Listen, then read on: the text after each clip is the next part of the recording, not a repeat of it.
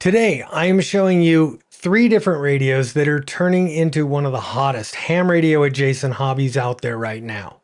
Huge with both the ham crowd, the DIY crowd, and preparedness communities. There's no license required. It costs less than a night out, and it could be the missing piece in your family's emergency comms plan.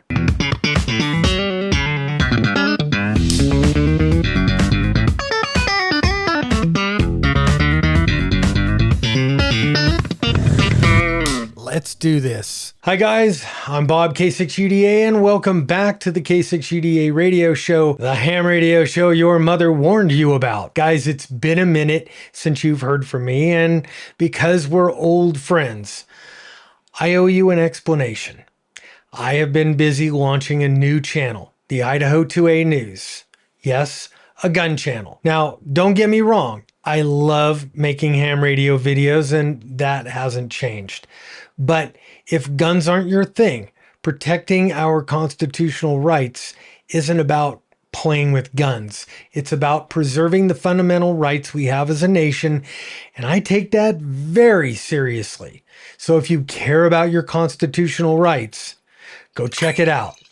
The videos are short and to the point. All right, today, what are these radios I speak of? First up, the SenseCAP. It's a credit card sized device. It lives inside my pocket. I just slide it in like a credit card. It has one control, on off. That's it. No interface, no nothing. You use your cell phone to talk to this. Next up, more of a real radio. This is called a Wio Tracker by Seed Studios. Same idea. Twice the battery life. It's also got a built-in display and some real range. Well, kind of. And this one, I can answer texts. I can send messages right from the device and I don't need anything else. And this one's going to replace something I built from Amazon Parts about a year ago. So let's go outside right now and take a look. All right, you see that way up there on my flagpole? That is effectively my Meshtastic repeater. That gets me from the K6UDA ranch all the way back into Twin Falls, Idaho. Now, I live somewhere between the boonies and the middle of nowhere. And if you know anything about Meshtastic or mesh core hardware, then you know the mesh is dependent on other pieces of the mesh in order to work. For example, most of these devices are just small little radios like this in the 915 megahertz band, unlicensed, the freaking Wild West. So for the most part, these radios are putting out milliwatts. The big guns might transmit 1 watt, and I don't have any big guns. The range, a half mile, maybe a mile. And because I live somewhere between the boonies in the middle of nowhere, relying on a single pocket-sized device like this isn't much of an option. Which also explains why we're talking about 3 different radios on one video. The short answer, because the distance between the K6UDA ranch and the next node in the chain is approximately 5 to 6 miles.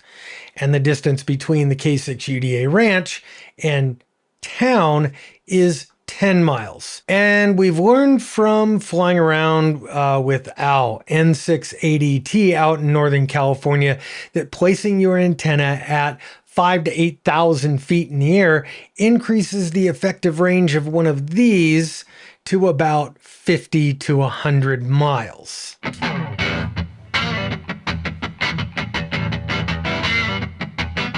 That's a nice, big, beefy solar panel. Honestly, I'm impressed with what came in the box, and it was about 20 to 30 bucks cheaper than what I built one for.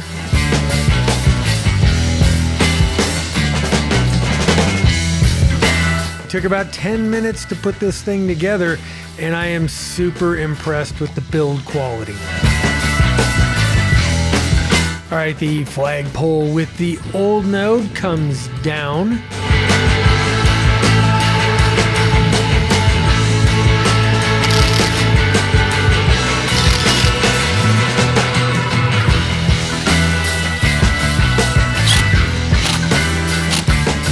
So after thinking about it for a few minutes, I decided I was going to reflash the old node into mesh core and put them both back up on the same flagpole.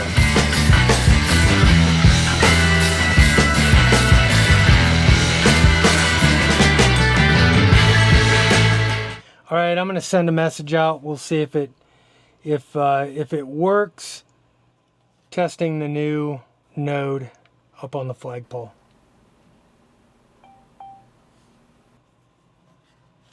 So that acknowledged it like right now, just boom. It really was fast. And let's do a trace route here. And it comes back right away. The good, the bad, and the ugly on this little SenseCAP here. Guys, this thing is probably the most invisible piece of mesh gear that you could possibly own. I mean, literally, I slide this thing into my pocket and I just go about my day.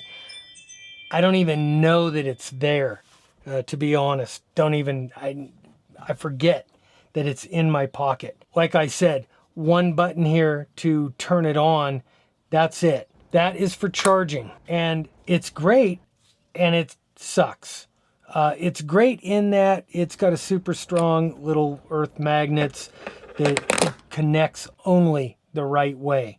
It won't connect or it won't attach itself if you have it reversed. If I take this with me and I go somewhere and I decide, okay, I'm spending the night in another city or another location, and I don't have a charging cable with me, by the next day or 2 days, this thing is a brick. And if I lose that cable, again, this thing is another brick. I'm gonna get on Amazon, see if I can't find another one.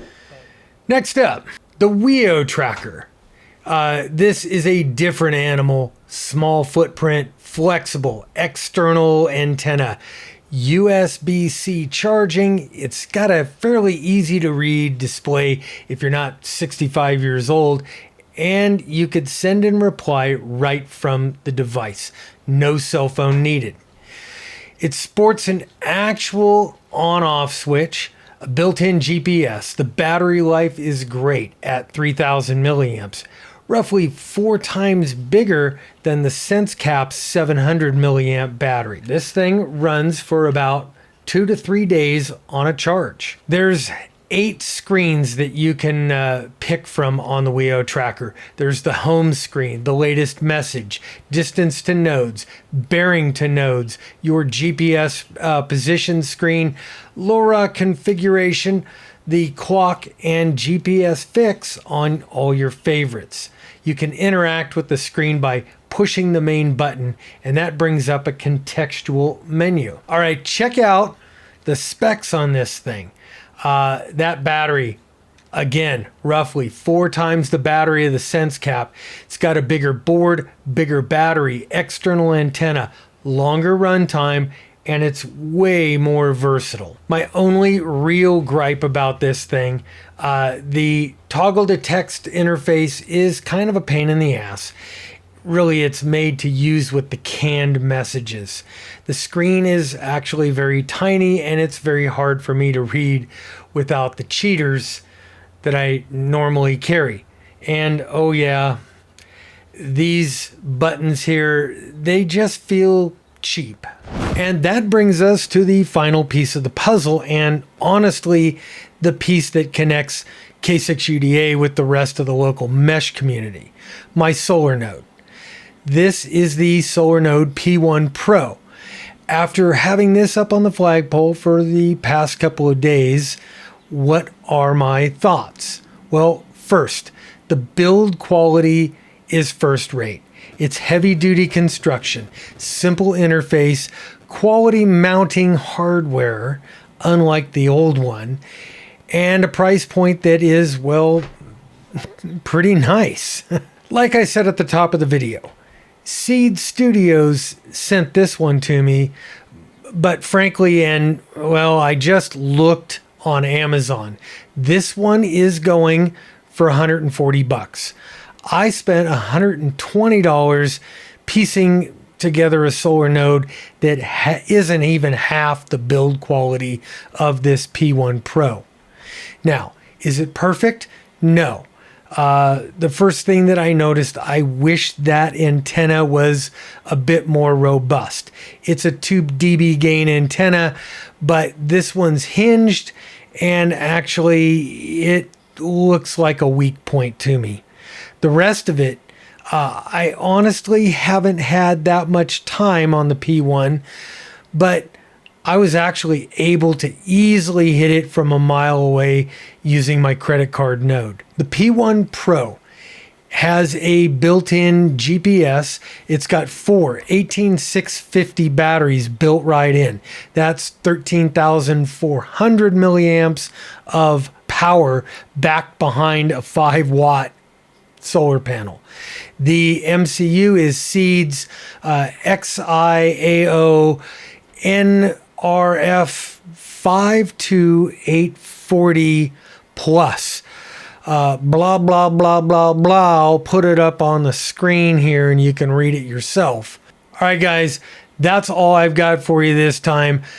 Subscribe if you haven't, and be sure to check out the Idaho 2A News here on YouTube.